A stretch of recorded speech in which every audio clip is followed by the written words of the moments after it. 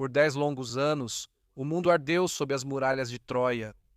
Reis se tornaram lendas, heróis viraram fantasmas, e à sombra daquela guerra terrível, Homero nos deu a Ilíada, a história de fúria, glória, honra e morte no campo de batalha. Mas quando Troia finalmente caiu, a história não terminou. Para um homem, a guerra era apenas o começo. Seu nome era Odisseu, o rei de Ítaca, um mestre da astúcia, a mente por trás do cavalo de madeira e um dos maiores heróis do mundo antigo. Após anos de derramamento de sangue, ele queria apenas uma coisa: voltar para casa, para sua esposa, seu filho e o reino insular que havia deixado para trás. Mas os deuses tinham outros planos. Através dos mares tempestuosos e negros, monstros, bruxas, tentações, naufrágios e a fúria do próprio Poseidon, Odisseu seria levado cada vez mais para longe de casa. Sua jornada se tornaria uma das maiores histórias já contadas, a Odisseia. E agora, com um novo filme trazendo essa lenda de volta às telas, é o momento perfeito para entrar no mundo após a Guerra de Troia. Um mundo de heróis arruinados, deuses furiosos e um rei lutando não por conquista, mas por sobrevivência. Esta é a história de Odisseu. 10 anos se passaram desde que os incêndios de Troia iluminaram o céu noturno. A grande cidade havia caído, suas torres foram destruídas, seus guerreiros mortos, e a longa guerra entre os gregos e os troianos finalmente chegou ao fim. Os heróis que sobreviveram começaram suas jornadas de volta para casa, mas um rei não retornou. Odisseu havia desaparecido em algum lugar entre as ruínas da Ásia Menor e as costas de sua terra natal. Para o povo de Ítaca, ele não era nem dado como morto nem verdadeiramente vivo. Ele virou boato, lembrança, um nome dito com esperança cada vez menor. De volta a Ítaca, seu palácio havia se tornado um lugar de desordem. Em sua ausência, 108 pretendentes arrogantes haviam invadido sua casa. Esses homens vinham de famílias nobres de toda a Ítaca e das ilhas vizinhas, cada um esperando se casar com a esposa dele, Penélope, e tomar o trono para si. Eles não se comportavam como hóspedes honrados. Eles se banqueteavam com o gado de Odisseu, bebiam seu vinho, maltratavam seus servos e tratavam seu palácio como se já pertencesse a eles.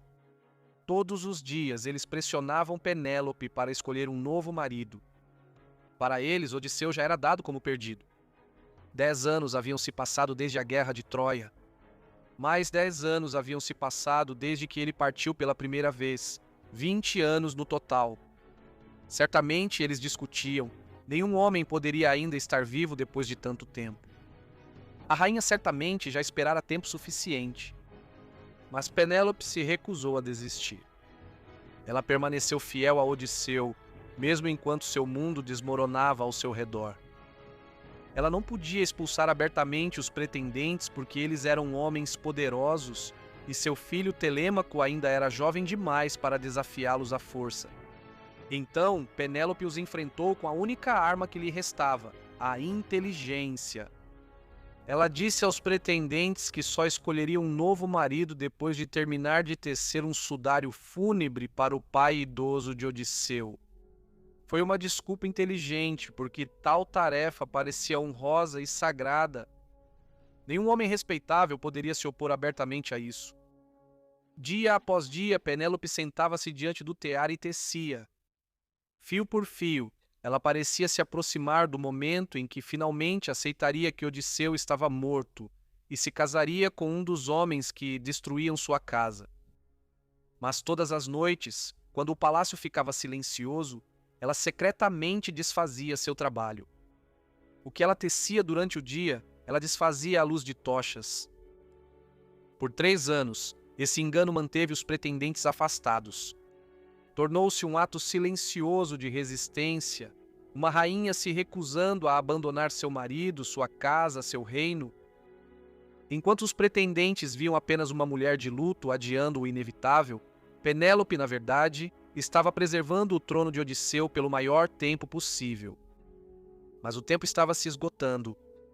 Os pretendentes estavam ficando impacientes. O palácio estava sendo consumido por dentro e muito longe, através de mares tempestuosos, Odisseu ainda lutava para voltar para casa.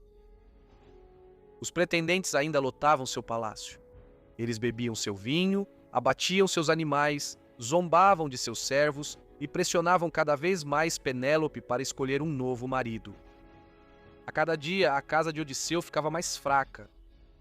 Todos os dias, seu filho era forçado a assistir estranhos consumirem a riqueza de seu pai e insultarem a honra de sua família. Telêmaco havia se tornado um jovem, mas cresceu sem um pai. Ele vivia sob a sombra de um grande nome, mas ainda não sabia como carregá-lo. Então a deusa Atena entrou na história. Atena sempre favoreceu Odisseu. Ela admirava sua inteligência, sua paciência, sua habilidade com as palavras e sua capacidade de sobreviver através da astúcia, e não apenas pela força. Ao ver sua casa em perigo, ela decidiu que era hora de Telêmaco agir, mas os deuses nem sempre se revelam abertamente. Atena veio primeiro a Ítaca disfarçada de uma velha amiga da família de Odisseu. Dessa forma, ela entrou no palácio e conversou com Telêmaco. Ela o encontrou preocupado, envergonhado e incerto, cercado por homens que o tratavam como um garoto impotente. As palavras de Atena despertaram algo nele. Ela disse que ele não devia mais ficar em silêncio enquanto os pretendentes destruíam sua casa. Ele precisava convocar uma assembleia. Ele precisava falar diante dos homens de Ítaca. E mais importante ainda, precisava buscar notícias de Odisseu. Se seu pai estivesse vivo, Telêmaco precisava descobrir onde ele estava. Se ele estivesse morto, então precisava honrá-lo devidamente e assumir seu lugar como chefe da casa. Pela primeira vez, Telêmaco recebeu um caminho a seguir. Então Atena apareceu novamente, desta vez disfarçada de outro amigo de confiança de Odisseu. Sob esse disfarce, ela ajudou Telêmaco a se preparar para a jornada. Secretamente, ela providenciou um navio e reuniu uma tripulação para que o jovem príncipe pudesse deixar Ítaca sem ser impedido pelos pretendentes. E assim Telêmaco partiu para o vasto mundo. Seu primeiro destino foi Pilos, o reino do velho e sábio guerreiro Nestor. Néstor havia lutado ao lado de Odisseu em Troia.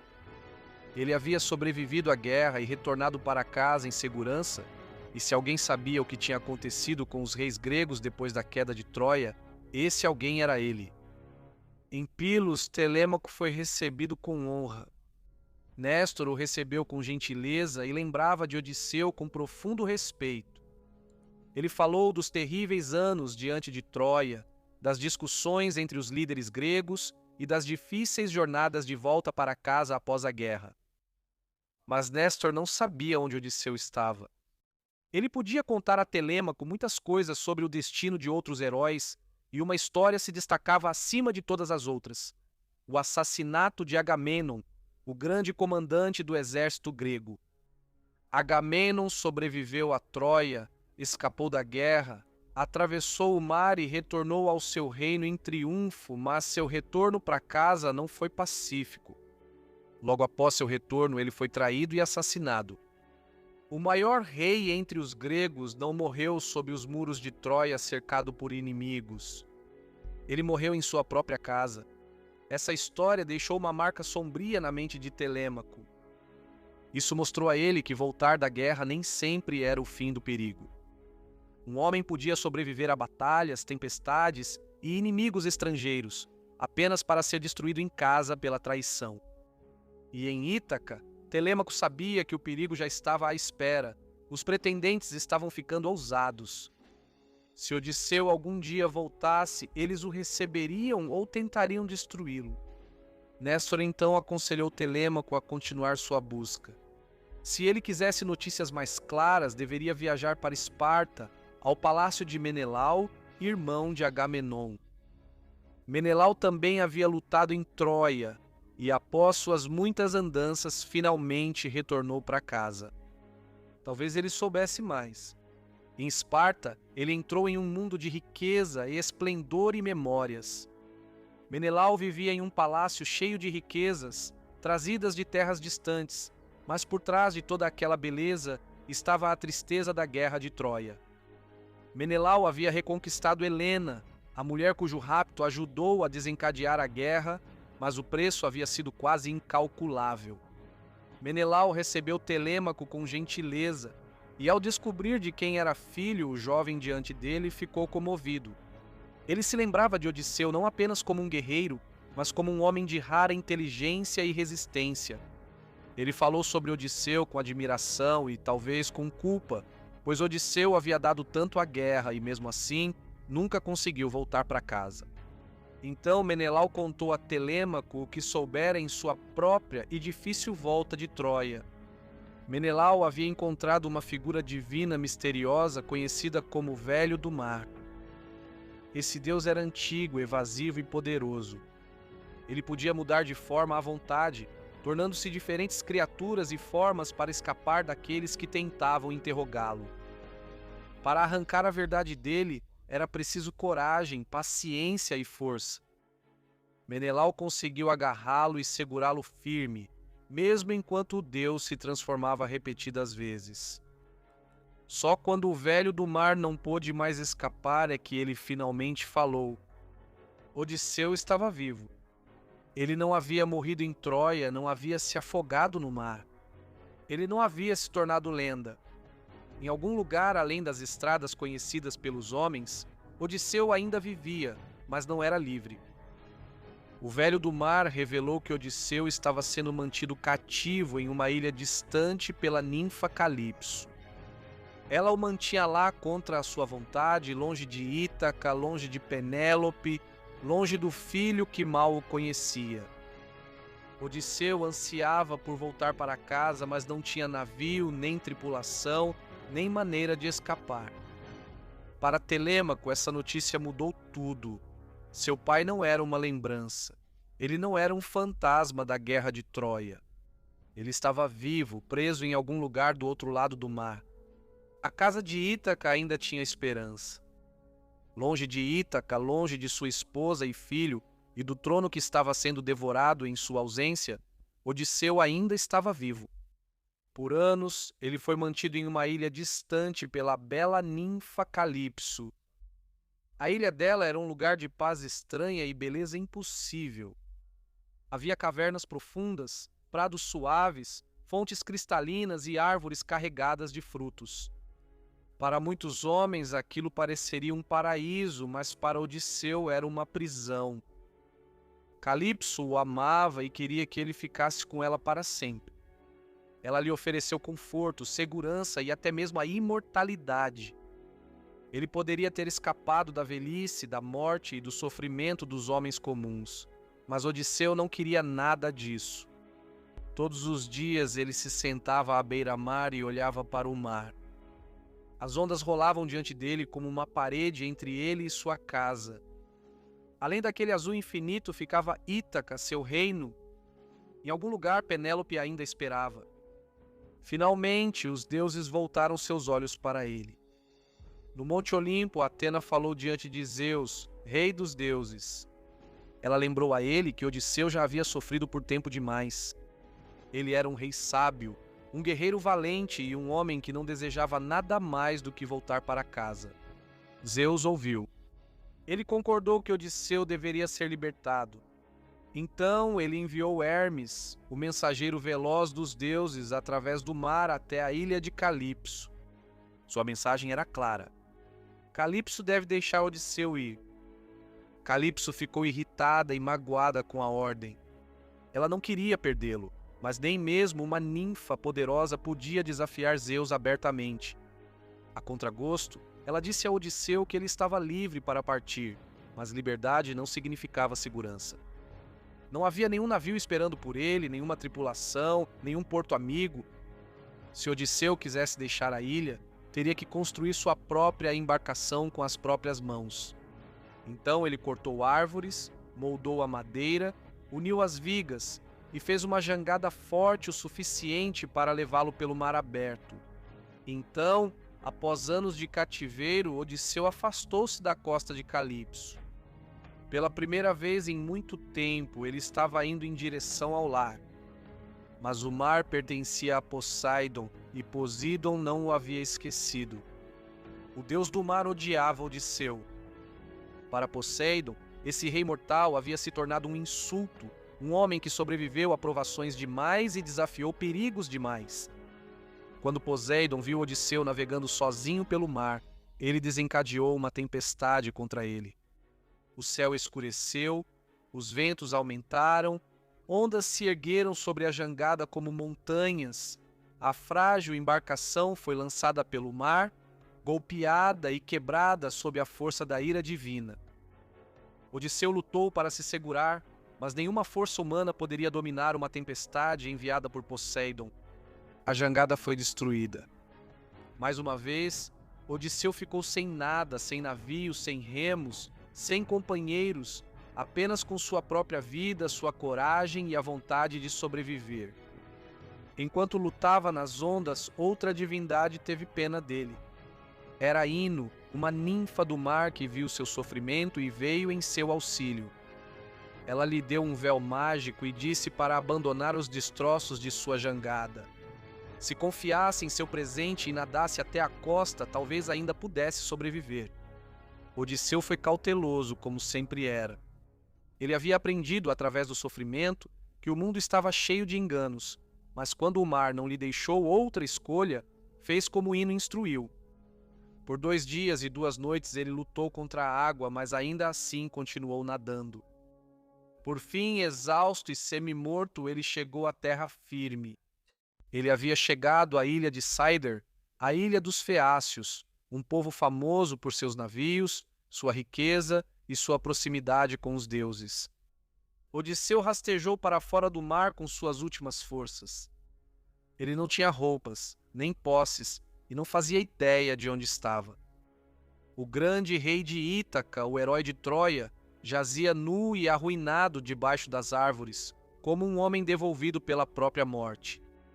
Ele se cobriu com folhas e caiu em um sono profundo, mas Atena ainda não tinha terminado de ajudá-lo. Naquela noite, ela apareceu no sonho de Nausica, a jovem princesa dos Feácios. Atena a incentivou a ir com suas acompanhantes ao rio para lavar roupas.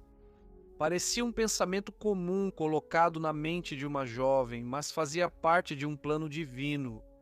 Na manhã seguinte, Nausica foi ao rio, e ali perto do palácio, onde as mulheres brincavam e lavavam roupas, Odisseu acordou. Ele saiu cuidadosamente de entre as árvores. Ele sabia o quão assustador devia parecer, um homem estranho, náufrago, desgastado pelo mar e coberto apenas por galhos. Os atendentes fugiram de medo, mas Nausica permaneceu firme. Atena lhe deu coragem. Odisseu, com sua sabedoria habitual, não correu para a água, nem a assustou. Em vez disso, ele falou com humildade e graça. Ele pediu ajuda. Nausicaa viu que ele não era um mendigo comum. Por baixo da sujeira, do lodo e do cansaço, havia dignidade nele. Ela lhe deu roupas, comida e conselhos. Ela lhe disse como entrar na cidade e como se aproximar dos pais dela, a rainha Arete e o rei Alcino, cujo favor ele precisaria se quisesse voltar para casa. Odisseu seguiu seus conselhos. Ele chegou ao palácio dos Feácios, um lugar de esplendor e abundância. Lá ele se curvou com humildade diante do rei e da rainha e pediu passagem para casa. Os Feácios o receberam generosamente, como exigia o costume sagrado. No mundo antigo, a hospitalidade não era pouca coisa. Um estranho poderia ser um mendigo, um rei ou até mesmo um deus disfarçado. Recebê-lo adequadamente era um dever diante dos céus. No início, Odisseu não revelou seu nome. Ele permaneceu misterioso, um estranho vindo do mar com tristeza nos olhos. Os Feácios o honraram com banquetes, música e jogos. Os jovens competiram em provas atléticas, e a princípio Odisseu ficou de lado, exausto, marcado pelo sofrimento. Mas quando um deles o insultou e sugeriu que lhe faltava habilidade ou coragem, o velho fogo retornou. Odisseu avançou e, mesmo abatido por anos de errância, provou que ainda era um herói. Ele participou dos jogos e se destacou, mostrando força e habilidade que surpreenderam todos ao seu redor. Os feácios começaram a entender que aquele estranho não era um náufrago comum. Então veio a canção. Na corte real, o bardo cego Demódoco cantou sobre a guerra de Troia. Ele cantou sobre os heróis, as batalhas e a dor daquele terrível conflito. Ele cantou sobre os acontecimentos que Odisseu ele mesmo havia vivido, a guerra que tornou seu nome famoso e destruiu tantos outros. Enquanto a música preenchia o salão, Odisseu não conseguiu mais esconder sua dor. Ele cobriu o rosto e chorou. Para os feácios, a guerra de Troia era um conto de glória. Para Odisseu era uma lembrança. Ele viu homens morrerem. Ele conhecia o medo, o sangue, a fumaça, os corpos despedaçados e os longos anos de saudade de casa. A música reabriu feridas que nunca cicatrizaram. O rei percebeu suas lágrimas. Finalmente, ele perguntou ao estranho quem ele realmente era, qual era o seu nome, onde ficava seu lar, que tristeza o havia trazido à costa deles. Então Odisseu revelou a verdade. Ele era o rei de Ítaca. O nome encheu o salão de espanto. Diante deles estava um dos maiores heróis da guerra de Troia, um homem astuto, o idealizador do cavalo de madeira, o sobrevivente cuja fama havia se espalhado por todo o mundo grego. E agora, na corte dos feácios, Odisseu começou a contar sua história. Ele falou sobre o que aconteceu depois da queda de Troia. Ele falou dos mares que o levaram para longe de casa, das terras estranhas que visitou, dos monstros que enfrentou, dos companheiros que perdeu e dos deuses que o ajudaram ou o puniram. Quando Troia finalmente caiu, Odisseu e seus homens partiram da cidade arruinada, com a vitória atrás deles e o lar à sua frente. Mas voltar para casa não seria simples. Quase imediatamente, Odisseu e sua tripulação chegaram à terra dos Cícones, um povo que havia sido aliado dos troianos. Ainda tomados pela violência e fome da guerra, os homens de Odisseu atacaram a cidade de Ismaro. Eles pegaram tesouros, mataram muitos dos homens e levaram bens como se a guerra simplesmente os tivesse seguido através do mar. Odisseu os alertou para partirem rapidamente. Ele percebeu que a vitória poderia virar desastre se eles demorassem demais. Mas seus homens não ouviram. Eles estavam embriagados pelo sucesso, distraídos pelo saque, comida e vinho. Em vez de voltar imediatamente aos navios, eles permaneceram na praia, comemorando como se nenhum perigo restasse. Mas o inimigo voltou com reforços. Desta vez eles vieram em peso. Eles lutaram ferozmente e os homens de Odisseu tiveram que recuar para os navios. Diversos gregos morreram antes de fugir. A primeira parada após Troia já lhes custara caro. Foi um começo sombrio. Depois de escapar, os navios foram levados adiante pelo vento e pela tempestade, até chegarem a outra terra estranha, a Ilha dos Lotófagos. A princípio, esse lugar parecia pacífico. Não havia exército esperando por eles, nem muralhas para atacar, nem lanças inimigas. O povo da ilha não atacou os gregos. Em vez disso, eles ofereceram aos gregos os frutos de lótus, um alimento doce e intoxicante que carregava um poder terrível. Aqueles que provaram esqueceram seu propósito. Eles não se importavam mais com Ítaca. Eles não se lembravam mais da saudade de casa, das esposas e filhos esperando do outro lado do mar, ou do dever que tinham para com seu rei. O Lótus não matou os homens. Ele fez algo ainda mais perigoso. Ele os deixou satisfeitos em ficar onde estavam para sempre. Odisseu viu claramente o perigo. Isso não era um monstro com garras ou dentes. Era uma forma sutil de destruição, a morte da memória, da ambição e da vontade. Se seus homens ficassem lá, eles não seriam derrotados em batalha. Eles apenas esqueceriam quem eram. Então Odisseu os forçou a voltar para seus navios. Aqueles que comeram o lótus choraram e lutaram, desesperados para permanecer na ilha.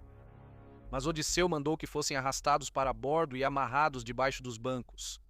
Ele não permitiria que seus homens se perdessem em um sonho.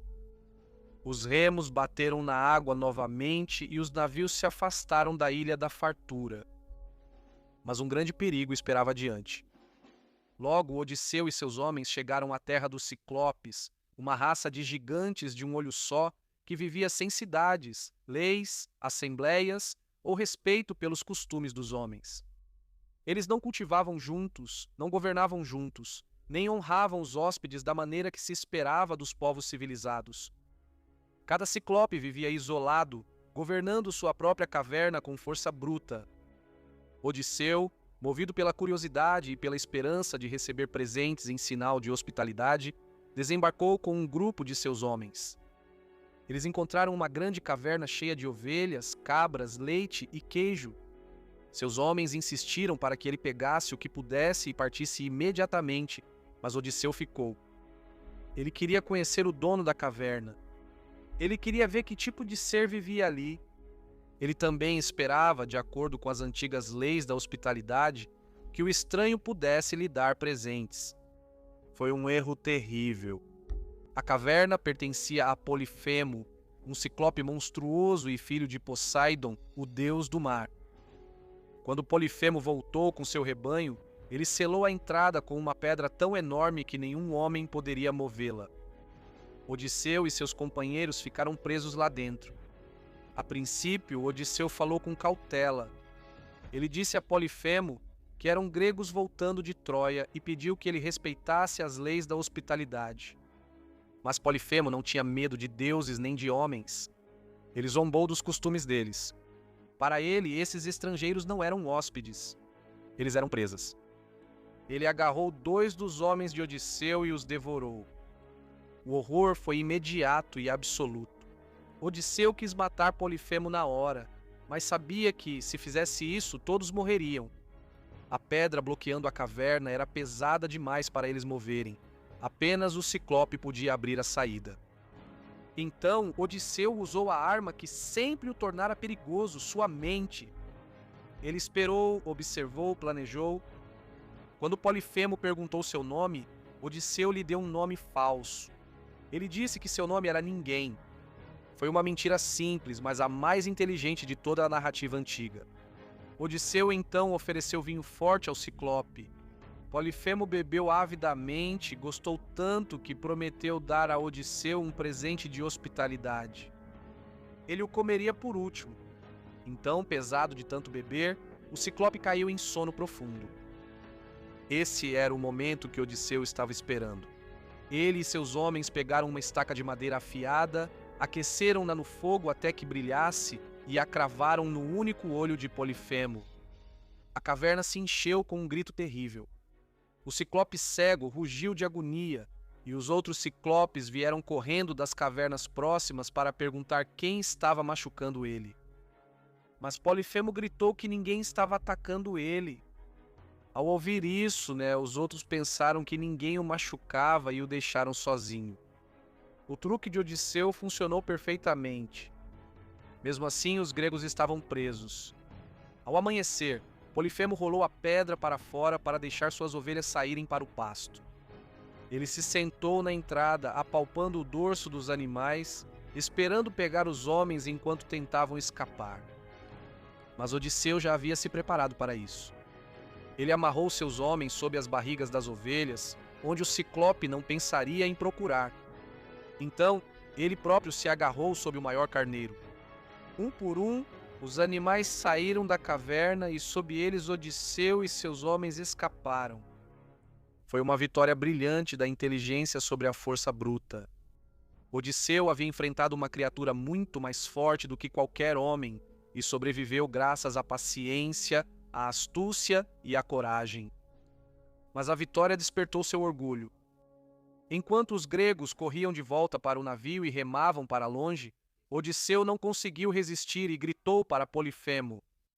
A princípio, ele zombou dele. Depois, ignorando os avisos desesperados de seus homens, revelou seu verdadeiro nome. Ele declarou que foi Odisseu de Ítaca quem o cegou. Esse momento mudou tudo. Polifemo agora sabia quem lhe havia feito mal. Erguendo as mãos para o céu, ele rezou ao seu pai Poseidon e implorou por vingança. Ele pediu que Odisseu nunca chegasse em casa, ou se chegasse, que viesse tarde, arrasado, sozinho em um navio de desconhecidos e encontrasse sofrimento esperando por ele em sua casa. A maldição foi ouvida. A partir daquele momento, Odisseu não era mais apenas um homem tentando voltar da guerra. Ele havia se tornado o inimigo do próprio Deus do mar. Depois de escapar do Ciclope, Odisseu e seus homens sobreviventes voltaram ao mar. Por um breve momento, a esperança voltou. Odisseu e sua frota chegaram à ilha flutuante de Éolo, o governante dos ventos. Éolo os recebeu com gentileza.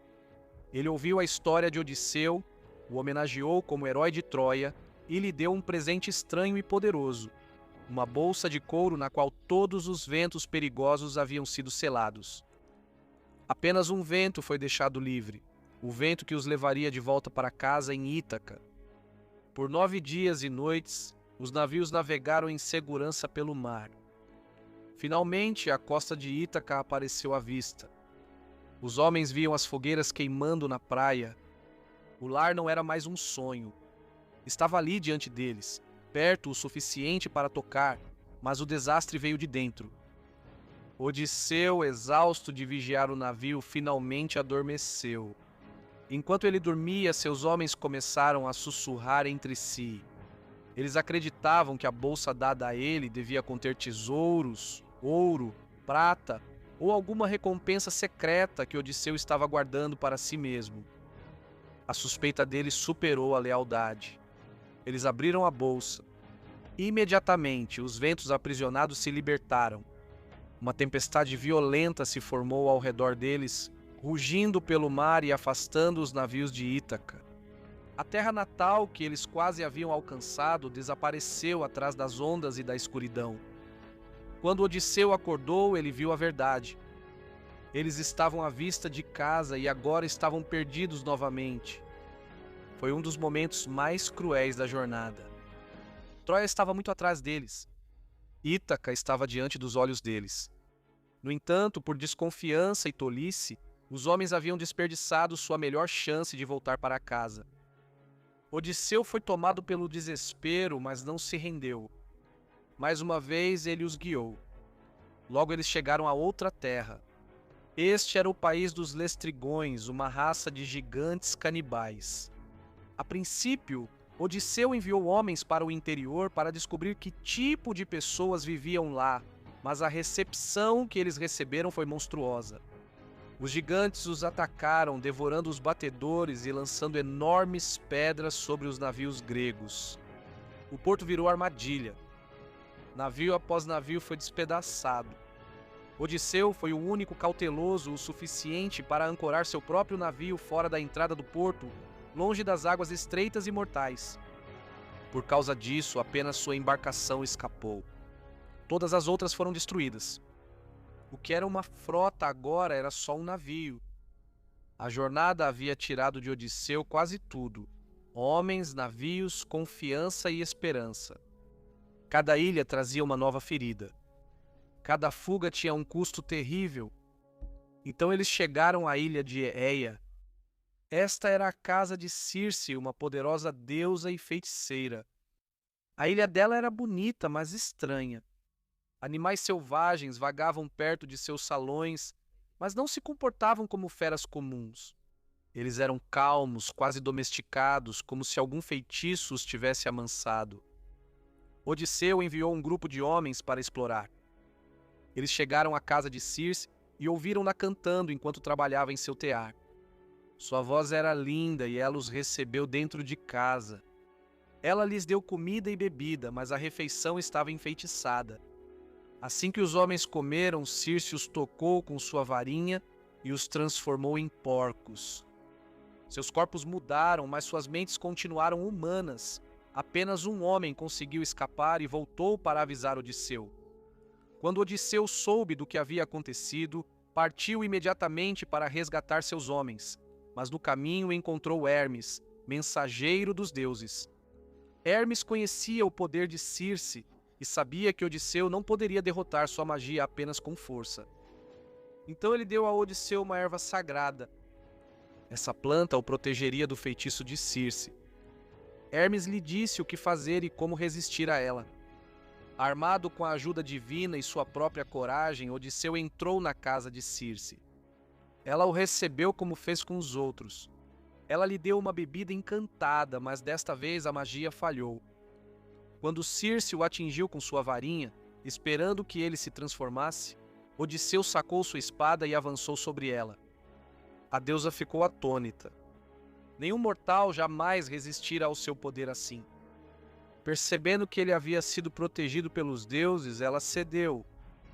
Odisseu a obrigou a jurar que não lhe faria mal. Ela trouxe os homens dos currais e os devolveu à forma humana. Eles não apenas foram restaurados, mas pareciam mais jovens, mais fortes e mais belos do que antes. O terror da ilha deu lugar a banquetes, descanso e um estranho conforto. Odisseu e Circe tornaram-se amantes e seus homens permaneceram na ilha por um ano inteiro. Era fácil ficar.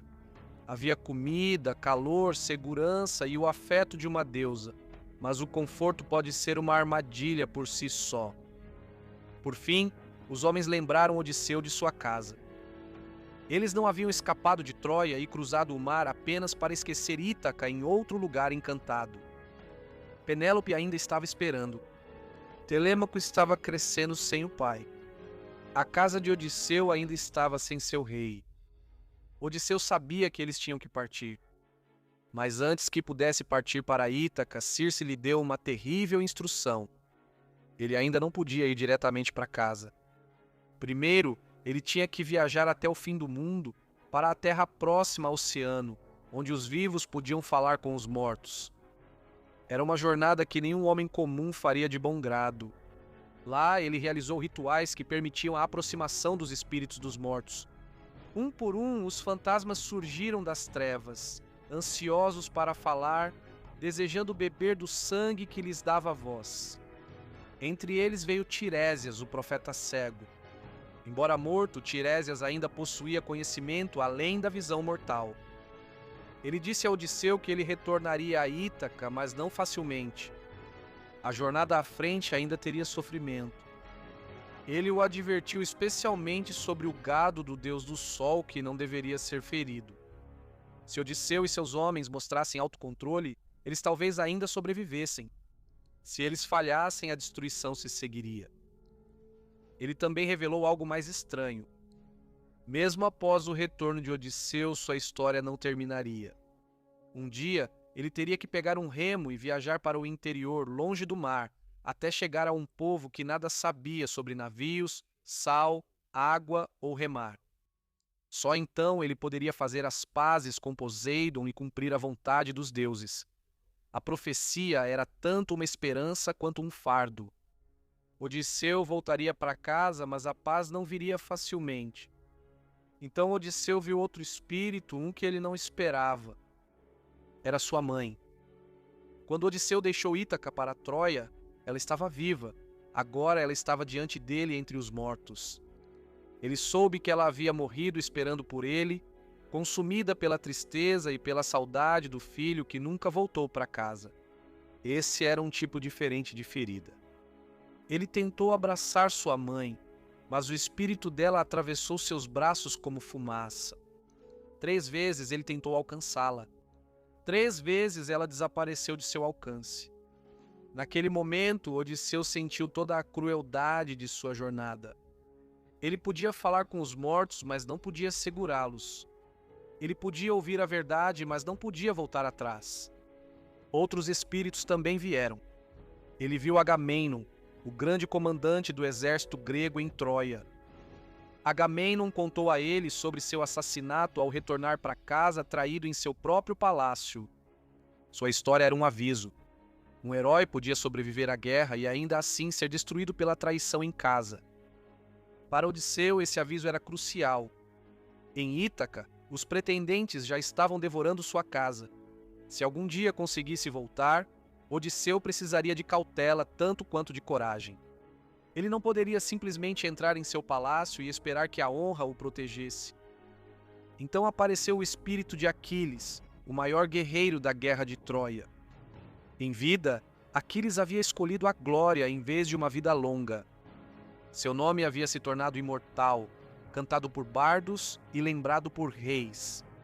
Mas na morte, suas palavras eram carregadas de tristeza. O mundo dos mortos não lhe trouxe triunfo algum. A fama da batalha parecia menor diante da morte. Por meio de Aquiles, Odisseu viu o vazio por trás da glória. Após deixar a terra dos mortos, Odisseu retornou ao mundo dos vivos.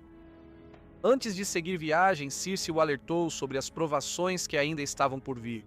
Ela lhe disse que ele e seus homens primeiro passariam pelas sereias, seres misteriosos cujo canto era tão belo que nenhum marinheiro podia ouvi-lo e sobreviver. Suas vozes prometiam sabedoria, prazer e conhecimento. Elas cantavam sobre coisas que os homens mais desejavam ouvir, mas aqueles que se voltavam para o canto nunca retornavam. Seus navios naufragavam e seus ossos ficavam espalhados pela praia. As sereias não atacavam com força. Elas não destruíam navios nem devoravam homens abertamente. O poder delas era a tentação. Elas atraíam os homens que seguiam voluntariamente rumo à destruição. Um marinheiro que as ouvia não achava que estava sendo morto. Ele pensava estar sendo chamado para algo incrível.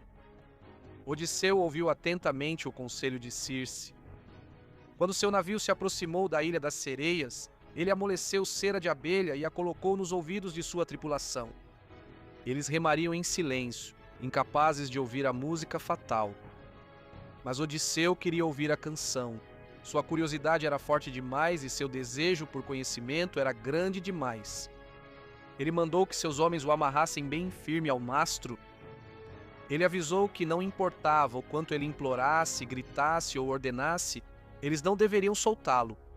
Se ele implorasse para ser libertado, eles deveriam amarrar as cordas ainda mais apertado. Então o navio continuou. As sereias começaram a cantar. Suas vozes se elevaram sobre a água, doces, penetrantes e irresistíveis. Elas chamaram Odisseu pelo nome. Elas prometeram a ele o conhecimento de tudo o que ocorreu em Troia e de tudo o que existe na terra. Para um homem como Odisseu, inteligente, inquieto, sedento por conhecimento, o canto delas era quase insuportável. Ele lutou contra as cordas, implorou aos seus homens que o soltassem, mas a tripulação não podia ouvi-lo. A cera selou os ouvidos deles e eles continuaram remando. Quando o viram se esforçando para se soltar, fizeram exatamente como ele havia ordenado. Eles o amarraram ainda mais forte ao mastro. Lentamente, dolorosamente, o navio passou além do alcance da canção. Odisseu tinha ouvido as sereias e sobrevivido, mas não havia tempo para comemorar. O próximo perigo era pior, porque não podia ser evitado apenas com astúcia. À frente havia uma passagem estreita entre dois horrores. De um lado havia um redemoinho monstruoso que engolia o próprio mar. 3 vezes por dia ela sugava as águas para um abismo terrível e 3 vezes por dia ela as vomitava de volta. Qualquer navio puxado para o seu vórtice seria completamente destruído. Do outro lado estava Sila, uma criatura monstruosa com muitas cabeças, escondida nas rochas acima da água. Seus longos pescoços desciam de sua caverna para agarrar marinheiros dos navios que passavam. Odisseu enfrentou uma escolha terrível. Se ele escolhesse navegar muito perto do redemoinho, todo o navio poderia ser perdido e todos a bordo poderiam morrer. Se ele navegasse mais perto do monstro, alguns de seus homens seriam levados, mas o navio poderia sobreviver. Ele escolheu o menor desastre. O navio entrou no estreito. Os homens olharam para o redemoinho, apavorados com o rugido da água. Enquanto seus olhos estavam fixos nele, o monstro atacou de cima. Suas cabeças desceram como lanças vivas, agarrando homens do convés. 6 companheiros foram erguidos gritando para o alto, chamando por Odisseu enquanto desapareciam na caverna do monstro. Ele não pôde salvá-los. Ele só pôde assistir enquanto homens que haviam confiado nele eram levados. Dos horrores que ele suportou, esse foi dos mais difíceis. Ainda assim, o navio escapou, e os últimos sobreviventes seguiram viagem, tomados pela tristeza e exaustos. Logo chegaram a uma ilha onde o gado sagrado de Hélio, o deus do sol, pastava em paz. Circe havia avisado Odisseu sobre esse lugar. A ordem era simples: não machuquem o gado. Se tivessem autocontrole, talvez ainda voltassem para casa. Se eles matassem os animais sagrados, a destruição viria em seguida. Odisseu repetiu o aviso para sua tripulação. Eles juraram que iriam obedecer, mas tempestades os prenderam na ilha. Dia após dia, os ventos os impediam de partir. Os suprimentos deles estavam no fim. A fome começou a corroê-los. No começo, eles sobreviveram com o pouco de comida que restava. Depois tentaram pescar e caçar pássaros, mas quanto mais tempo ficavam, mais fracos e desesperados se tornavam. Odisseu rezou por ajuda. Então, exausto pelo sofrimento, ele adormeceu. Enquanto ele dormia, seus homens tomaram sua decisão fatal. Guiados pelo desespero, eles mataram o gado sagrado de Hélio. Eles diziam a si mesmos que, se sobrevivessem, poderiam recompensar o deus depois com oferendas. Mas isso não era obediência, era arrogância. Quando Odisseu acordou, o ato já estava feito. O cheiro de carne assada preenchia o ar. Ele soube imediatamente que o desastre havia chegado. Sinais estranhos se seguiram. Os couros do gado abatido pareciam se mover sozinhos. A carne fazia sons estranhos nos espetos. A própria ilha parecia testemunhar o crime. Lá do alto, Hélio viu o que havia acontecido e sua raiva subiu até o Olimpo. O deus do sol exigiu justiça de Zeus. Ele ameaçou que, se o crime não fosse punido, deixaria o céu e brilharia entre os mortos. Zeus atendeu à exigência. Os homens que haviam profanado o gado sagrado não escapariam. Quando os ventos finalmente mudaram, Odisseu e sua tripulação zarparam mais uma vez, mas eles haviam navegado rumo ao julgamento. Zeus reuniu as nuvens, trovões ecoaram pelos céus, então ele atingiu o navio com um raio, o mastro se despedaçou, a embarcação se partiu e o mar engoliu os últimos companheiros de Odisseu. Um por um eles morreram. Apenas Odisseu sobreviveu. Por dias ele ficou à deriva sozinho, sem tripulação, sem embarcação, sem qualquer força, exceto a teimosa vontade de viver. Por fim, ele foi levado à praia. Lá, ele foi encontrado por Calipso, a bela ninfa que governava a ilha. Ela o acolheu, cuidou dele e fez dele seu amante. Mas o que começou como um resgate tornou-se cativeiro. Calipso o desejava e queria mantê-lo para sempre. Ela lhe ofereceu conforto, segurança e até mesmo a imortalidade. Mas o coração de Odisseu permaneceu voltado para Ítaca. Ele havia perdido todos os navios, havia perdido todos os companheiros, havia passado da vitória em Troia para a mais completa solidão. Ainda assim, mesmo naquele momento, ele não esqueceu sua casa. Por anos, ele permaneceu com Calipso, preso entre o amor de uma deusa e a tristeza de um homem que não via caminho de volta para casa. Somente quando Hermes veio por ordem de Zeus, Calipso foi finalmente forçada a libertá-lo, e assim Odisseu, o último sobrevivente de sua frota, enfrentaria o mar mais uma vez sozinho. Quando Odisseu terminou sua história, a corte dos feácios ficou em silêncio. Eles haviam ouvido uma história de guerra, tempestades, monstros, morte, tentação e tristeza. Diante deles, não estava apenas um náufrago desconhecido, mas um dos maiores heróis daquela era. O rei e a rainha o honraram com presentes, roupas, tesouros e, mais importante, com a passagem de volta para Ítaca. Dizia-se que seus navios se moviam com uma velocidade quase mágica, guiados mar afora com uma perícia superior à dos marinheiros comuns.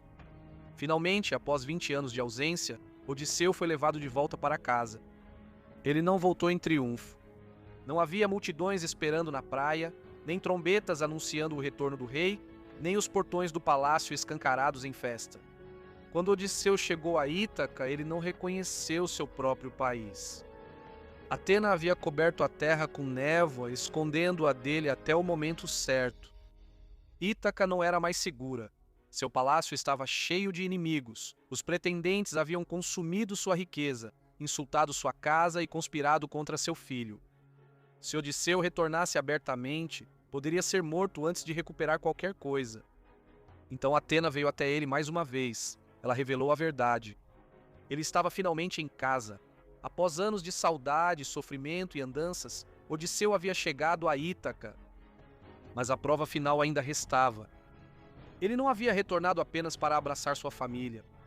Ele havia retornado para um reino em desordem, uma casa ocupada e homens que acreditavam que ele estava morto. Atena o disfarçou de velho mendigo. Sua pele ficou enrugada, seu corpo curvado, suas roupas esfarrapadas e pobres. O orgulhoso rei de Ítaca, o herói de Troia, agora parecia um velho andarilho sem nada de seu. Era um disfarce doloroso, mas necessário. Odisseu sobreviveu porque sabia quando esconder sua força. Agora, ele teria que entrar em sua própria casa como um estranho. Seu primeiro refúgio foi a cabana de Eumeu, o fiel pastor de porcos. Eumeu não sabia quem estava diante dele. Para ele, Odisseu era apenas um pobre viajante precisando de abrigo, mas mesmo assim o recebeu com bondade. Ele lhe deu comida, um lugar para dormir e uma conversa honesta. Em um mundo onde os pretendentes abusavam da hospitalidade, Eumeu ainda a honrava. Isso importava muito. Odisseu já tinha visto reis, monstros, deusas e fantasmas, mas ali, na simples cabana de um servo, ele encontrou algo precioso: lealdade. Eumeu permaneceu fiel ao rei ausente mesmo após tantos anos. Ele ainda lamentava por Odisseu, ainda odiava os pretendentes e ainda cuidava da casa arruinada o melhor que podia. Odisseu ouviu em silêncio. Ele ouviu o que aconteceu em sua ausência. Ele ouviu sobre o sofrimento de Penélope, o perigo de Telêmaco e a arrogância dos pretendentes. Cada palavra confirmava o que Atena lhe dissera. Enquanto isso, Telêmaco estava voltando de Esparta. Ele tinha ido em busca de notícias sobre seu pai e agora voltava sabendo que Odisseu estava vivo, mas os pretendentes tinham começado a temê-lo. Ele não era mais uma criança indefesa. Ele havia viajado para cortes estrangeiras, conversado com reis e dado seus primeiros passos rumo à vida adulta. Então eles tramaram matá-lo. Eles armaram uma emboscada ao navio dele, esperando matá-lo antes que ele pudesse voltar a Ítaca. Mas Atena o protegeu, e Telêmaco escapou da armadilha deles. Em vez de ir diretamente ao palácio, ele foi primeiro à cabana de Eumeu. Lá, pai e filho se reencontraram. A princípio, Telêmaco só viu o velho mendigo. Ele não fazia ideia de que o homem à sua frente era o pai que ele procurava, o rei cuja ausência havia moldado toda a sua vida. Então Atena removeu o disfarce por um momento, restaurando a verdadeira aparência de Odisseu. Telêmaco ficou surpreso. Ele mal podia acreditar no que via. O velho mendigo parecia de repente transformado em um homem poderoso, quase divino em seu porte. A princípio, Telêmaco pensou que devia estar olhando para um deus, mas Odisseu falou com ele sem rodeios. Ele não era um deus, ele era seu pai. O reencontro foi cheio de lágrimas. Por 20 anos, Odisseu lutou para voltar. Por 20 anos, Telêmaco cresceu sem ele. Agora, finalmente, eles estavam juntos, não como um rei e uma criança, mas como dois homens enfrentando o mesmo perigo. Eles não puderam comemorar por muito tempo. Juntos, Odisseu e Telêmaco começaram a planejar a vingança. Os pretendentes eram muitos, orgulhosos e armados. Odisseu tinha apenas seu filho, alguns servos leais e o favor de Atena. A força sozinha não seria suficiente. Eles precisariam de paciência, sigilo e o momento perfeito. Odisseu voltou ao seu disfarce. Então ele e Telêmaco seguiram em direção ao palácio. Quando eles se aproximaram, aconteceu um dos momentos mais comoventes de toda a história. Perto da entrada estava Argos, o velho cão de caça de Odisseu. Argos já fora forte, rápido e nobre, treinado pelo próprio Odisseu antes que o rei partisse para Troia. Mas agora o cão estava negligenciado, deitado na sujeira, fraco pela idade e esquecido por aqueles que deveriam ter cuidado dele. Ainda assim, Argos reconheceu seu mestre mesmo através do disfarce, mesmo após 20 anos. O velho cão o conhecia. Ele já não conseguia mais se levantar. Já não conseguia correr para cumprimentá-lo, mas levantou a cabeça, mexeu as orelhas e saudou Odisseu da única maneira que ainda podia. Odisseu o viu e foi tomado pela tristeza, mas não podia se revelar. Fazer isso colocaria tudo em risco. Então ele passou em silêncio, escondendo suas lágrimas. E Argos, tendo vivido o suficiente para ver seu mestre retornar, morreu em paz. Foi um momento silencioso, mas profundamente poderoso. Antes que Penélope o reconhecesse, antes que o palácio soubesse quem ele era, antes que a vingança começasse, a primeira criatura em Ítaca a realmente reconhecer Odisseu foi seu fiel cão. Dentro do palácio, a afronta se consumou. Odisseu entrou em sua casa disfarçado de mendigo. Os pretendentes não o reconheceram. Eles viram apenas um velho pobre e o trataram com desprezo. Eles zombaram dele, o insultaram e alguns até o agrediram. No mesmo salão onde ele já havia reinado como rei, Odisseu foi maltratado por homens que comiam sua comida, bebiam seu vinho e tentavam tomar sua esposa. Mas ele suportou tudo isso. Essa era a maior de suas forças. Cada insulto lhe ensinava mais sobre os homens que haviam invadido sua casa. Cada ato de crueldade confirmava a culpa deles. Juntos, pai e filho removeram secretamente as armas dos pretendentes do salão. Lanças, escudos e armas foram escondidos para que, quando chegasse o momento, os pretendentes se encontrassem presos e indefesos. A vingança de Odisseu não seria selvagem nem descuidada. Seria preparada com a mesma inteligência que o levou a sobreviver à guerra de Troia. Então Odisseu apareceu diante de Penélope. Ela não o reconheceu. Para ela, ele ainda era o velho mendigo, um estranho que dizia ter notícias de seu marido. No entanto, algo nele chamou sua atenção. Ela o interrogou cuidadosamente, testando suas palavras, ansiando por esperança, mas com medo de ser enganada. Homens lhe traziam rumores por anos. Durante anos, ela viveu entre a crença e o desespero. Odisseu falou com muito cuidado. Ele ainda não se revelou. Em vez disso, ele lhe contou o suficiente para confortá-la, o suficiente para sugerir que Odisseu ainda poderia voltar. Penélope ouviu triste e cautelosa. Ela tinha esperado tempo demais para confiar facilmente. Então veio a velha ama que cuidou de Odisseu quando ele era criança. Penélope ordenou que os pés do estranho fossem lavados, um ato de hospitalidade para com um hóspede. Enquanto a velha ama o lavava, suas mãos tocaram uma cicatriz em sua perna, uma velha ferida de uma caçada ao javali há muito tempo. Ela conhecia aquela cicatriz. Num instante, ela o reconheceu. A velha ama olhou para cima, tomada por espanto e alegria. O mendigo diante dela não era um estranho.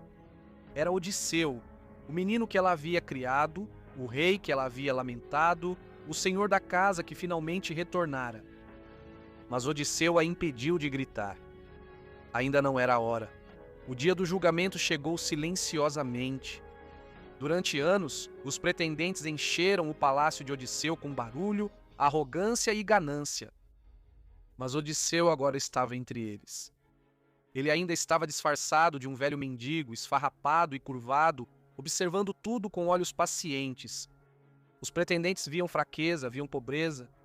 Eles viam um homem de quem podiam zombar sem sofrer consequências. Penélope, desgastada por anos de espera, agora fez seu anúncio. Ela escolheria um novo marido finalmente, mas apenas através de uma competição digna do próprio Odisseu. Ela trouxe o grande arco de seu marido. Essa não era uma arma comum.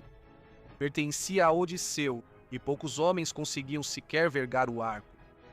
Penélope declarou que quem conseguisse armar o arco e disparar uma flecha atravessando uma fileira de cabeças de machado ganharia sua mão em casamento. Para os pretendentes parecia o passo final rumo à vitória. Um a um, eles se apresentaram, cada homem acreditando ser forte o suficiente. Cada um se imaginava conquistando Penélope. Mas o arco resistiu a todos eles. Então o mendigo pediu para tentar. Os pretendentes riram. Para eles, o pedido era absurdo. Como esse velho estranho teria sucesso onde nobres jovens falharam? Odisseu pegou o arco em suas mãos. Ele o examinou cuidadosamente, como um músico testando um instrumento familiar. Ele conhecia seu peso, sua curva, seu poder. O arco fazia parte de sua vida antiga, algo de antes de Troia, antes das andanças, antes dos anos de sofrimento. Com facilidade, ele encordoou o arco e o salão ficou em silêncio. O som da corda do arco ecoou pelo palácio como a primeira nota da desgraça. Os pretendentes que o haviam zombado momentos antes agora o encaravam confusos e com medo. Algo impossível havia acontecido diante de seus olhos, mas eles ainda não compreendiam o que isso significava. Odisseu pegou a flecha, puxou o arco e disparou com precisão através da fileira de cabeças de machado. A disputa estava vencida, mas o casamento de Penélope já não era mais a verdadeira questão. O arco havia revelado seu mestre. O velho estranho não estava indefeso. O rei de Ítaca retornou ao seu próprio salão e os homens que haviam desonrado sua casa estavam presos dentro dele. Odisseu virou sua arma contra os pretendentes. A primeira flecha voou e a morte entrou na sala. Então ele se revelou. Ele voltou para casa após 20 anos de guerra e andanças. Os pretendentes estavam apavorados. Alguns imploraram, outros culparam os demais, alguns tentaram negociar. Mas Odisseu já os observava há tempo suficiente. O palácio tornou-se um lugar de vingança e todos os pretendentes foram mortos. O grande salão, antes cheio de risos, banquetes e insultos, ficou em silêncio. Mas restava uma última prova. Odisseu havia se revelado a Telêmaco. Ele fora reconhecido por Argos e agora pelos inimigos que destruíra. Mas Penélope ainda precisava descobrir a verdade sozinha. Ela havia esperado demais, sofrido muito e suportado muitos boatos para aceitar uma afirmação sem testá-la. Então, quando Odisseu ficou diante dela, ela não simplesmente caiu em seus braços. Ela foi cautelosa. Isso não era frieza, era sabedoria. Penélope era igual a Odisseu em paciência e inteligência. Por 20 anos, ela sobreviveu graças à inteligência, autocontrole e força emocional. Ela enganou os pretendentes com o que tecia. Ela protegeu sua casa o melhor que pôde. Ela não entregaria seu coração a um estranho só porque ele dizia ser seu marido. Embora tivesse preparado um teste, ela mandou mover o leito conjugal. Diante disso, Odisseu reagiu bruscamente. A cama não podia ser movida. Ele sabia disso porque ele mesmo a havia construído. Há muito tempo, ele a esculpiu a partir do tronco vivo de uma oliveira enraizada profundamente na terra. Ele construiu o quarto deles ao redor daquela árvore. A cama não era apenas um móvel. Ela era fixa, imóvel e secreta. Só Odisseu e Penélope sabiam disso. Ao falar sobre a cama, Odisseu provou quem ele era. O teste foi respondido. A dúvida de Penélope enfim acabou. Diante dela não estava um fantasma, nem um mentiroso, nem um truque enviado pelos deuses, mas sim seu marido. O reencontro deles foi cheio de amor e tristeza. Eles já não eram as mesmas pessoas que se separaram 20 anos antes. O tempo havia ferido ambos. Odisseu havia cruzado o mundo para retornar. Penélope enfrentou uma guerra de paciência em sua casa. O amor deles sobreviveu não porque ficou intocado pelo sofrimento, mas porque o suportou. Após anos de sangue, tempestades, monstros, tentações e exílio, Odisseu estava em casa. Agradeço muito a todos os meus membros. A contribuição de vocês torna esses vídeos possíveis. Um agradecimento especial para Stephanie Hasson, Teresa Lux e John Sides. Se você gostou do vídeo, não esqueça de curtir, se inscrever e compartilhar. E em breve nos vemos em outro History Profiles.